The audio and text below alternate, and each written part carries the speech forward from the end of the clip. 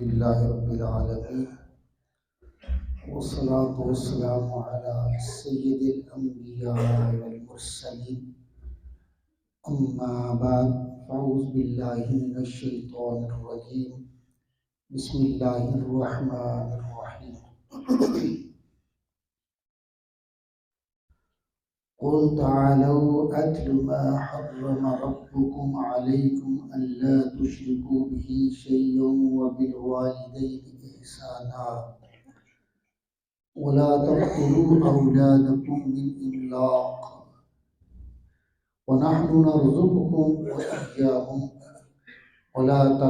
ولا تقربوا الفواحش ما ظهر منها وما بطن ولا تقتلوا النفس التي حرم الله إلا بالحق ذلكم وصاكم به لعلكم تعقلون صدق اللہ العظیم۔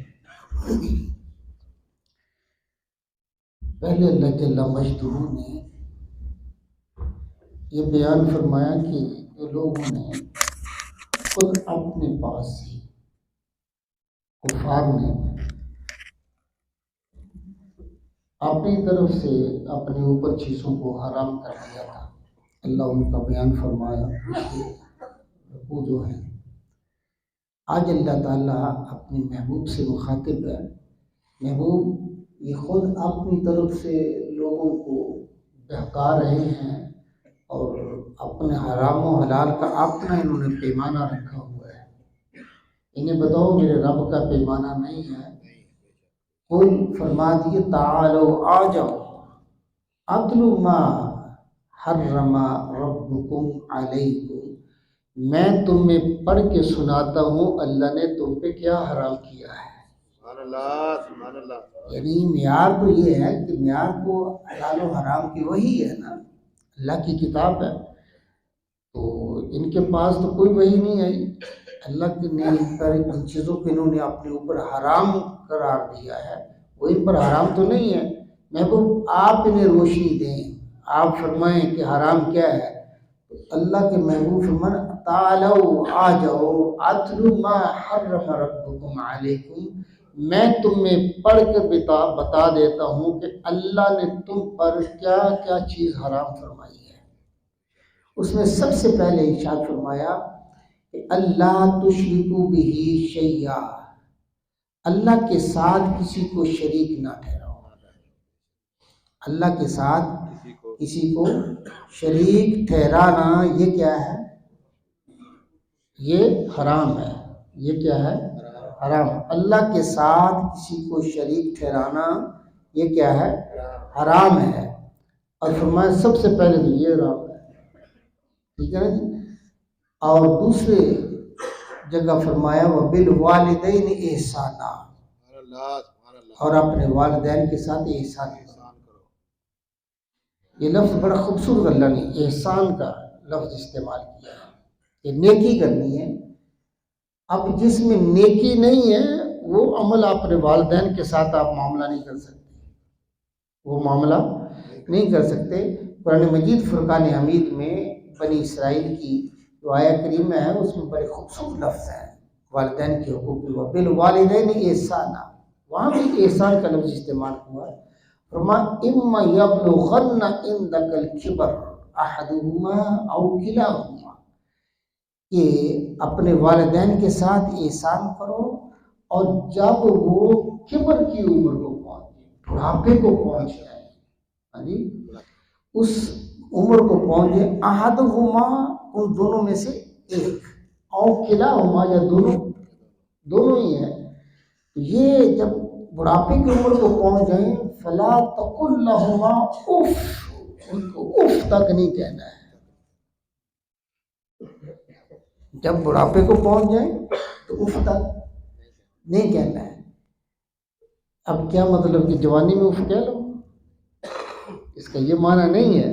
یعنی اس وقت کیوں یہ لفظ کہے کہ ان کے قوا جو ہیں وہ کمزور ہو جاتی ہیں، ان کی قوت برداشت کمزور ہو جاتی ہے۔ تو جب بندہ کمزور ہو ان کی عادتیں بچوں جیسی ہوتی ہیں، کیونکہ بچے میں بھی قوت برداشت نہیں ہوتی، جلدی رو پڑتا ہے، جلدی جوش میں آ جاتا ہے، جلدی خوش ہو جاتا ہے۔ جب بندے کے یہ کیوات کمزور ہونے لگتے ہیں تو پھر اس کی عادات جو اس کی صفات جو ہے نا وہ اس کی طرف چلی جاتی ہیں بچوں کی طرح. تو اب وہ کمزور ہو گئے ہیں. کبر کا معنی کہ اب کیا ہے وہ ایسی باتیں کریں گے جو تمہیں برداشت نہ ہوں گی، لیکن وہاں برداشت کرنے میں ہی عظمت ہے. اور لفظ کیا استعمال کیا؟ اف. اف کیا ہے؟ عربی زبان و ادب میں اف یہ ہے کہ آپ کے کپڑے پر یا زمین پر تھوڑا مٹی پڑ گئی ہے، آپ کیا کہتے ہیں؟ پھونک سے اس کو ختم کرنے کے لیے یہ جو آپ کی آواز پیدا ہو رہی ہے نا اس کو دور کرنے کے لیے یہ اف ہے. یہ کیا ہے؟ اف ہے. یعنی اتنی آواز بھی ان کی بارگاہ میں بلند نہ ہو، اتنی آواز بھی بلند نہ ہو. اور فرمایا کیا ہے؟ یہ تو افن ولا تنہر ہوگا، ان کو کسی معاملے میں جھڑکنا نہیں، جھڑکنے والی تو بات بہت دور کی، اف بھی نہیں کہنا ہے. وَقُلْ لَهُمَا قَوْلًا كَرِيمًا، اور ان کے لیے قول کریم کہو.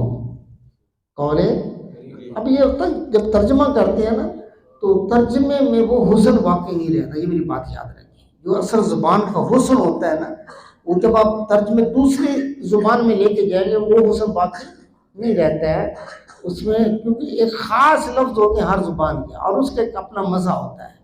ہاں جی. اب یہ کیا ہے کہ آپ اب کیا کریں؟ قول کریم کریں. قول کریم کیا ہے؟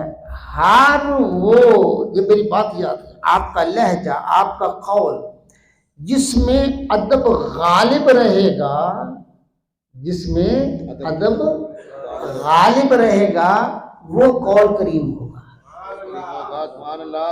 یہ بڑے آسان لفظوں میں، جس میں ادب غالب رہے جس کلام میں وہ کلام کریم ہوگا. اگر ادب غالب نہ رہا تو وہ کریم نہ رہا. فرمایا ان سے بات آپ نے کیسے کرنی ہے؟ قولاً کریما. آپ کی بات ادب اس میں غالب رہے، ادب اس میں غالب رہے. وَاخْفِضْ لَهُمَا جَنَاحَ الذُّلِّ مِنَ الرَّحْمَةِ، اور ان کے لیے عاجزی کے جو ہیں، عاجزی کے پر بچھا کے رکھو. اپنے بازو جو ہیں عاجزی کے ان کو بچھا کے رکھو. اب یہ جناح الذل جو ہے نا، اگر اس کی آپ کو سمجھ آئے نا تو پھر آپ کو مزہ آئے گا قرآن کی آیت کا. جناح الذل، یہ آپ نے کبھی دیکھا پرندے کو؟ دیکھیں یہ عربی زبان ویسے نہیں ہے سب کی سردار، یہ سردار زبان ہے تو اللہ نے اس میں حسن میں بڑا رکھا ہے. جناح الذل. کبھی آپ نے دیکھا ہے پرندے کو اپنے بچے کو چوگا دیتے ہوئے؟ دیکھا کہ جب وہ اس کے بچے کے منہ میں اپنے منہ سے نکال کر اٹھا کے لایا اپنے منہ کے اندر اور پھر منہ سے نکال کر اس کو جب دے رہا ہوتا ہے تو اس کے پر کھل جاتے ہیں. ایسے ہی ہوتا نا، جو پر کھلتے ہیں اور وہ اس کی طرف جھکا ہوتا ہے، اپنے بچے کی طرف جھکا ہوتا ہے. فرمایا اب تم ان کے ساتھ اس طرح برتاؤ کرنا ہے جس طرح پرندہ اپنے بچوں کی طرف جھک کر اپنے بازو پھیلا کر اور بڑا عاجز ہو کر اپنے بچے کے منہ میں رزق دے رہا ہوتا ہے نا، اس طرح تمہاری حالت اپنے والدین کے سامنے ہونی چاہیے. جناح الذل یہ ہے. اور دوسرا کیا ہے کہ یہ جب پرندہ زیادہ اڑان کرتا ہے نا اس میں اپنے پر کھولتا ہے، ایسے ہی ہے نا، ایسے کھول دیتا ہے پر.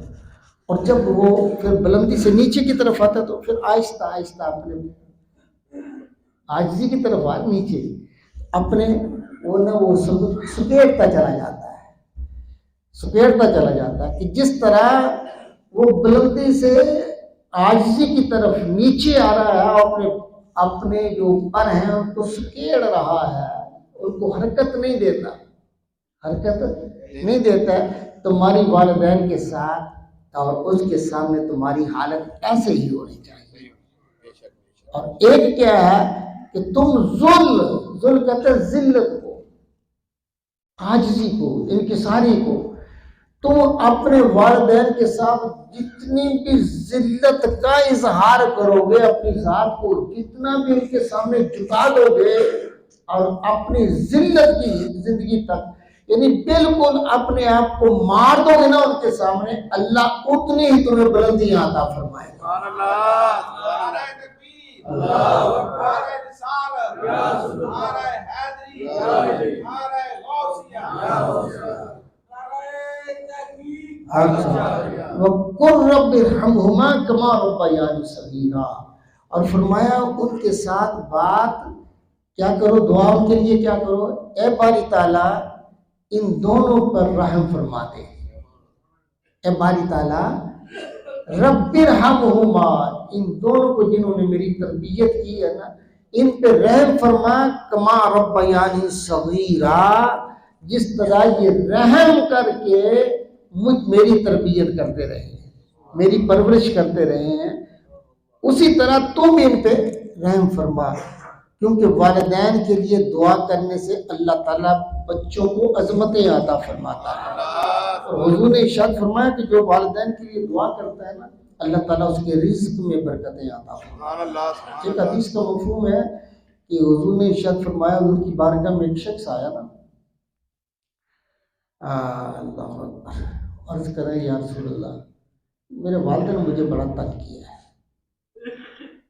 میرا مال چھین لیتے ہیں، میرا مال چھین لیتے ہیں۔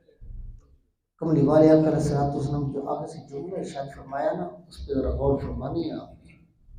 حضور نے فرمایا انت و مالک، انت و مالک لابیک، تو اور تیرا مال تیرے باپ کا ہے، تو اور تیرا مال تیرے باپ کا ہے۔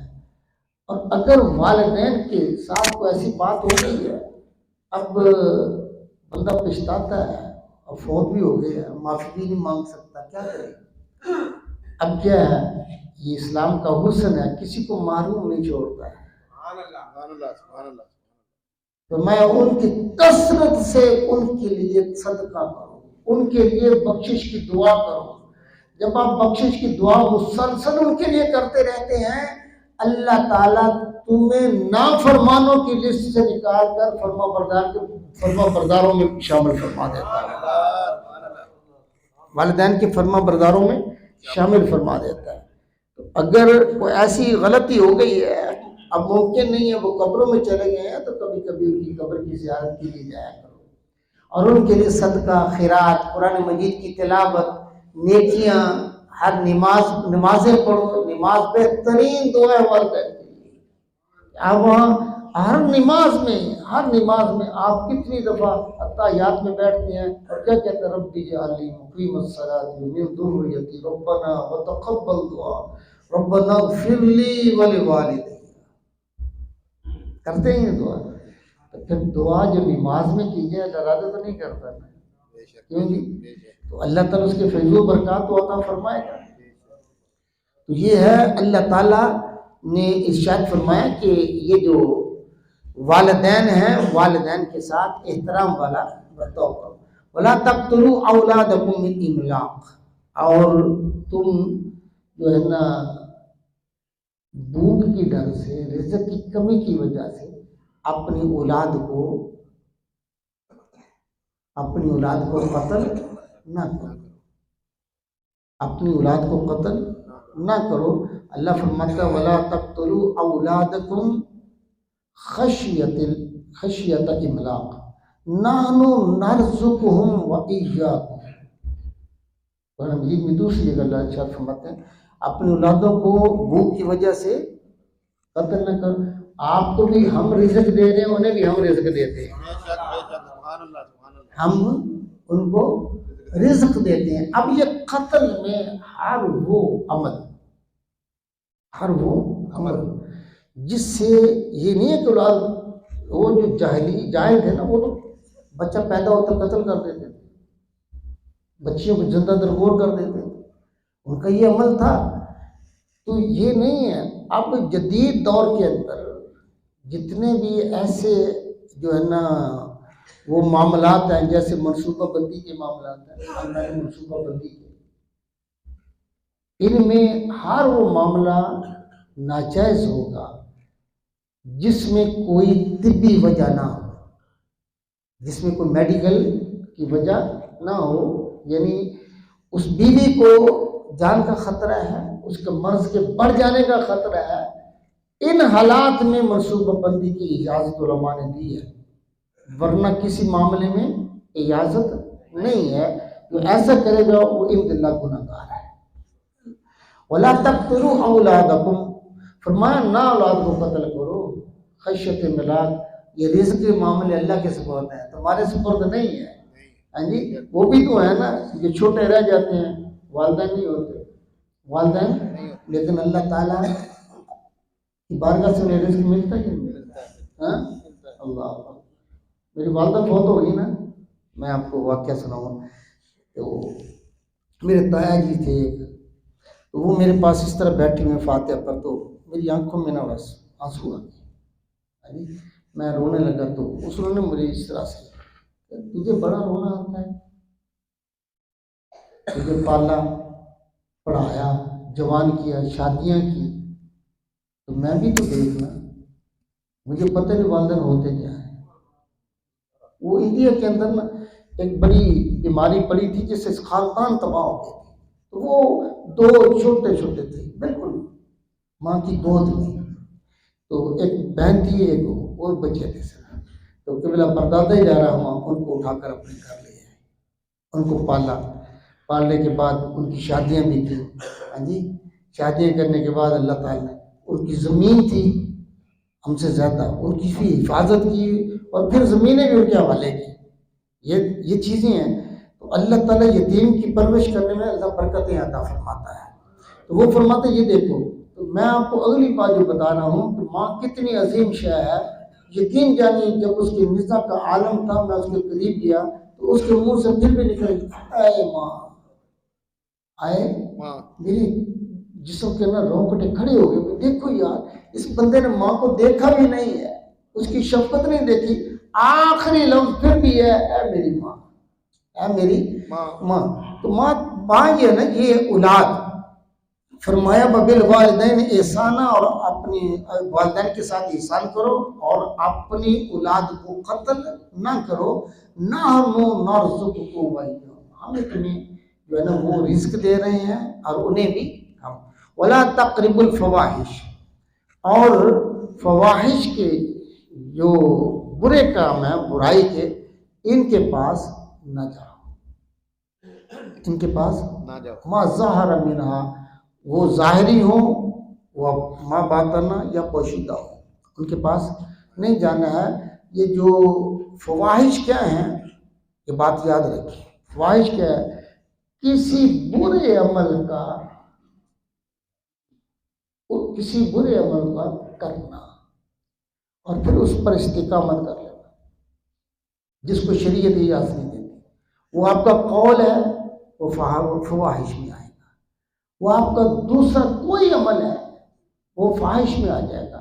فرمایا فواحش کے پاس جانا یہ مومن کی شان نہیں ہے، یہ مومن کی شان نہیں ہے کہ خواہ وہ پوشیدہ عمل ہو آپ کا یا ظاہر میں، اس سے باز آنا ہے۔ وَلَا تَقْتُلُوا النَّفْسَ الَّتِي حَرَّمَ اللَّهُ إِلَّا بِالْحَقِّ، اور نہ حق کسی کو قتل کرنا، نہ حق کسی کو قتل کرنا، اس سے بھی باز رہو۔ ذَلِكُمْ وَصَّاكُمْ بِهِ لَعَلَّكُمْ تَعْقِلُونَ، یہ تمہارے رب کا حکم ہے، تاکیدی حکم ہے تاکہ تم سمجھ سکو۔ یہ دیکھا اللہ نے فرمایا یہ ہے حرام، جو اپنے پاس بنائے بیٹھے ہو وہ حرام نہیں ہے۔ وَلَا تَقْرَبُوا مَالَ الْيَتِيمِ إِلَّا بِالَّتِي هِيَ أَحْسَنُ حَتَّى يَبْلُغَ أَشُدَّهُ، فرمایا کہ مال یتیم کے قریب نہ جاؤ، قریب الا باللتی ہی احسن، مگر وہ عمل جس میں تحسین ہو، حسن ہو۔ مال کے قریب جانے کا معنی کہ اگر جانا ہی ہے تو پھر اچھے طریقے سے خوبصورت طریقے سے، جس سے یتیم کو فائدہ پہنچے، جس سے یتیم کو فائدہ پہنچے، اس طریقے سے آپ جا سکتے ہیں۔ اگر فائدہ نہیں، نقصان ہونے کا ڈر ہے تو پھر نہیں ہے، اپنے کاروبار میں لگانا ہے تو اس کے فائدے کے لیے لگاؤ، ٹھیک ہے جی۔ ہاں، اگر اس کے نقصان ہو تو اس کے ذمہ دار آپ ہے، اس کے مال کو نقصان نہیں ہونا چاہیے۔ حتیٰ یبلغ اشدہ، یہاں تک کہ وہ بالغ ہو جائے۔ یہ بلوغت، یہ جسمانی بلوغت نہیں ہے، بچہ تو 11-12 سال کا بالغ ہو جاتا ہے، یہ نہیں ہے، ابھی وہ سمجھ کے اس قابل نہیں ہوا ہے کہ اپنے مال کو سنبھال سکے یا کاروباری معاملات کو درست کر سکے۔ اس سے معنی یہ ہے کہ وہ جسمانی طور پر بھی بالغ ہو اور شعوری طور پر بھی بالغ ہو چکا ہو، اپنے معاملات کو سنبھال سکتا ہو، اتنی دیر آپ نے اس کے مال کے ساتھ اچھا سلوک کرنا ہے۔ اوف الکیل والمیزان، ناپ تول کو پورا کرو بالقسط، انصاف کے ساتھ۔ لا نکلف نفسا الا وسعها، یہ اللہ کی رحمت ہے نا۔ فرمایا ہم نے کسی بھی نفس پر، کسی جان پر بوجھ اس کی وسعت سے، اس کی طاقت سے زیادہ نہیں ڈالا۔ وَإِذَا قُلْتُمْ فَعْدِلُوا، جب بھی قول کرو عدل کا کرو۔ جب بھی زبان سے تمہارا کوئی لفظ نکلتا ہے، قول کرتے تو اس میں عدل ہونا چاہیے، اس میں عدل ہونا چاہیے۔ وَلَوْ كَانَ ذَا قُرْبَىٰ، اگرچہ تمہارا قریبی رشتہ داری کیوں نہ ہو، عدل کا دامن ہاتھ سے نہ چھوٹے۔ آپ کی زبان سے عدل کے بغیر کچھ نہ نکلے، ہاں کتنا ہی قریب، آپ کی اولاد ہے، آپ کا بھائی ہے، آپ کی بہن ہے، کوئی بھی ہے۔ اب کیا ہے، مومن کی شان یہ ہونی چاہیے کہ اس کی زبان سے جو نکلے وہ حق نکلے۔ لیکن ہم کیا کرتے ہیں، ہماری جو ہے نا وہ کردار کیا ہے، ہماری عادات کیا ہے کہ ہم اپنے بچے یا بھائیوں کی بات تو بہت دور کی بات ہے، ہم تو برادری کے پیچھے بھی جھوٹ بول رہے ہیں۔ عدالتوں میں نہیں جاتے، تھانوں میں نہیں جا رہے، جھوٹ نہیں بولتے، کیوں نہیں؟ یہ کرتے ہیں نا، برادری کا معاملہ ہے۔ کیا ہے؟ حضور کی حدیث کا مفہوم ہے، جو شخص کسی کی برائی میں اس کی مدد کرے گا، کسی کی برائی میں اس کی مدد کرے، فرمایا حضور نے فرمایا اس کی مثال ایسی ہے جیسے کوئی اونٹ کنویں میں گر رہا ہو اور کسی نے اس کی دم کو مضبوطی سے پکڑا ہو تو وہ بھی اسی طرح کنویں میں گر جائے گا۔ معنی کیا ہے، جو سزا برائی کرنے والے کو ملے گی وہی اس کی مدد کرنے والے کو ملے گی۔ جب معاشرہ اس طرح ستھرا ہو جائے نا کہ اگر ہم اس پر ٹھان لیں کہ ہم نے غلط بات کرنی نہیں ہے، حق کی بات کرنی ہے، تو معاشرے میں ستھرائی پیدا ہوگی، معاشرے میں جو ہے نا وہ ٹھہراؤ اور امن سکون آئے گا۔ لیکن اگر آپ ایسا نہیں کریں گے تو پھر کیا ہوگا، معاشرے میں بگاڑ پیدا ہوگا، اور اسلام یہ نہیں چاہتا ہے۔ اسلام کہتا ہے معاشرہ پاکیزہ ہونا چاہیے۔ فرمایا وَبِعَهْدِ اللَّهِ أُوفُوا، اللہ کے ساتھ جو عہد کیا اس کو بھی پورا کرو، اللہ کے ساتھ جو عہد کیا ہے اس کو پورا کرو، اور اسی کو ہم بھولے ہوئے ہیں، اسی کو ہم بھولے ہوئے ہیں۔ یہ پیچھے جتنی باتیں ہیں یہ اللہ کے عہد ہے نا، یہ کیا ہے، اللہ کے عہد ہے۔ ذَلِكُمْ وَصَّاكُمْ بِهِ لَعَلَّكُمْ تَذَكَّرُونَ، یہ اللہ تعالیٰ تقیدی حکم فرما رہا ہے تاکہ تمہیں نصیحت ہو۔ اور فرمائے ان ھذا صراطی مستقیما فاتبعوہ، اور یہ ہے راستہ جو سیدھا راستہ ہے، یہ میرا راستہ ہے۔ ھذا صراطی، یہ میرا راستہ ہے، مستقیما، یہ مستقیم ہے۔ حضور علیہ الصلوۃ والسلام ایک دن صحابہ کو سمجھانے کے لیے حضور نے ایک خط کھینچا، اس طرح لائن کھینچی، جس کو لائن کہتے ہیں، اس کے ساتھ اپنے ایک اور کھینچا۔ حضور نے فرمایا صحابہ یہ جو سیدھا راستہ جا رہا ہے یہ میرے رب کا راستہ ہے، اور فرمایا یہ جو سائڈ پہ لائنیں کھینچی ہیں نا یہ شیطان کا راستہ ہے۔ جب بندہ یہاں سے سیدھے راستے سے بھٹکتا ہے، نکلتا ہے، شیطان سائڈ پہ بیٹھا ہوا ہے، وہ اس کو پکڑ لے کے اس سے گناہ کروا لیتا ہے۔ جو ہی اس راستے سے ہٹے گا تو مطلب کیا ہے کہ اس سے ہٹنا گناہ ہے، اس سے ہٹنا گناہ ہے۔ اور اللہ فرماتے ہیں کہ یہ میرا راستہ ہے، اور یہ راستہ کس کا ہے؟ یہ محمد رسول اللہ کا راستہ ہے، سبحان اللہ سبحان اللہ کہ میرے محبوب کا راستہ ہی میرا راستہ ہے۔ حضرت عبداللہ ابن عباس سے کس نے پوچھا نا کہ یہ ہم جو پڑھتے ہیں سورۃ فاطمہ صراط المستقیم صراط مستقیم، یہ کیا ہے؟ اور کہ یہ محمد ہے صلی اللہ سبحان علیہ وسلم، اللہ سبحان اللہ هذا صراط محمد، یہ محمد کی ذات کا راستہ ہے۔ تو فرمایا فاتبعوا، اس کی پیروی کرو، ولا تتبعوا السبل، دوسرے راستوں کی پیروی نہ کرو، فتفرق بکم عن سبیلہ، یہ دوسرے راستے جو ہیں یہ تمہیں اللہ کے راستے سے ہٹا دیں گے، اس سے جدا کر دیں گے۔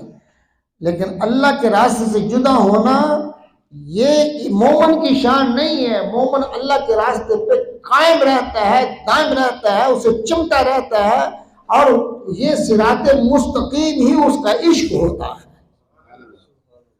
فرمایا اس سے نہ ہٹنا، رب سے دور ہو جاؤ گے۔ ذالکم وصاکم بہ لعلکم تتقون، اور یہ تمہیں اللہ تعالیٰ، یہ بار بار ہے، یا ذالکم وصاکم بہ، ذالکم دیکھا آپ نے، یہ تیسری دفعہ آ گیا کہ یہ تمہارے رب سے تقیدی حکم ہے، لعلکم تتقون، تاکہ تم برے راستوں سے بچ سکو۔ ثم آتینا موسیٰ، یہ ہم کہتے ہیں اللہ تعالیٰ عمل کی توفیق عطا فرمائے۔ وآخر دعوانا الحمدللہ رب العالمین۔